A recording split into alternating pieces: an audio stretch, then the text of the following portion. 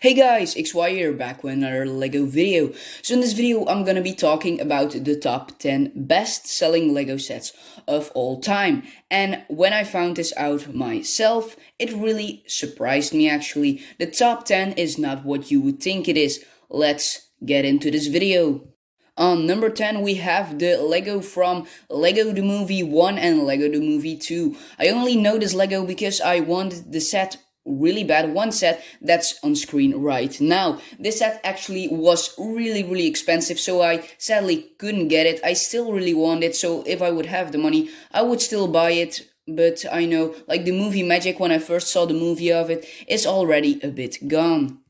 Then on number 9, this actually really surprised me. Lego Space. You know, like the spaceships when that Lego made. Lego has made a lot of spaceships in their history. I just didn't know it was a team as a whole. I can kind of see this why this is a team, just, you know, like satellites, spaceships, and probably other stuff like this. I have some old Lego sets I got from my dad, which also are Lego spaceships. They are kind of old and don't have very much dynamic, but I can see with making new sets of this kind, fans would really appreciate that and would really like this set. Then on number 8 we actually have Lego City. I actually thought this would be way higher on the list because besides of Ninjago, this is kind of the only team I also have a lot of sets with. I do think these sets are a bit too expensive for what you actually get. The set that's now on screen is more than $100 from the site I actually saw the set on and bought it from. So that's kind of insane to think about,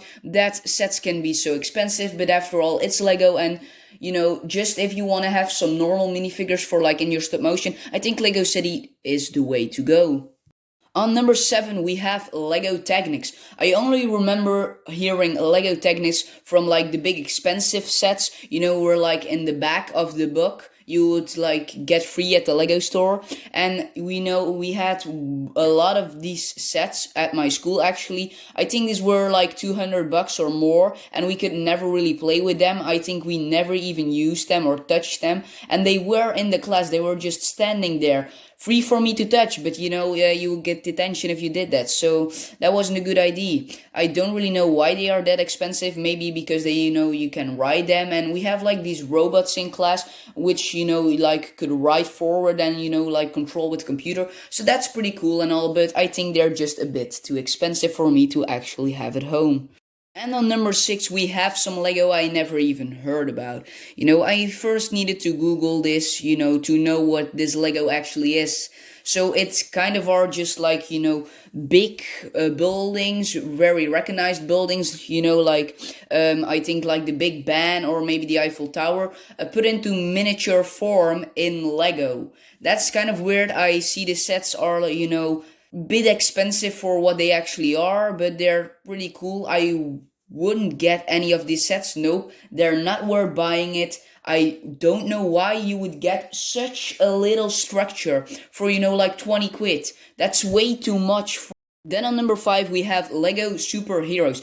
I didn't know like this also gave Lego the big bucks, you know, but I mean these are pretty cool sets still. They're like kind of DC and Marvel sets, I think. I can see Wolverine standing between the Avengers, which is kind of weird in this picture. As you can see from this picture, it's kind of just Red Hulk, then fighting some villains, you know, like just normal stuff from the movies put into Lego, transformed into Lego, and I think it's more from the strips actually than it is from, you know, like the movies, the Marvel and DC movies actually. So I have some of the sets. I think I have a few Spider-Man and Iron Man sets, but that's kind of it. Before I get to the top 4 best-selling Lego sets or best-selling Lego teams of all time, I first want to talk about the subscribe button. It's very red, or maybe even gray. If it's gray, that's better. If it's still red, you gotta make that gray. That's an official term. Yeah, you need to do that. Then on number 4 we have Lego Harry Potter. I knew this was a big Lego, you know, kind of franchise because the movies and the books are just very huge here in Europe. Also, we also have like this kind of Lego books with one minifigure of it, and I also bought a little back with just a table and Harry himself. So that's kind of cool. Do I deserve it? Has the number 3 spot? I surely think it sits right there. And now on number 3 we have Lego Lord of the Rings. Sorry, but I did not know this Lego existed. When looking at the sets, I think these sets look pretty dope, and I actually want some of these sets, even though I know the prices and they are very expensive. The only Lego I would actually pay that much money for is the number 2 spot.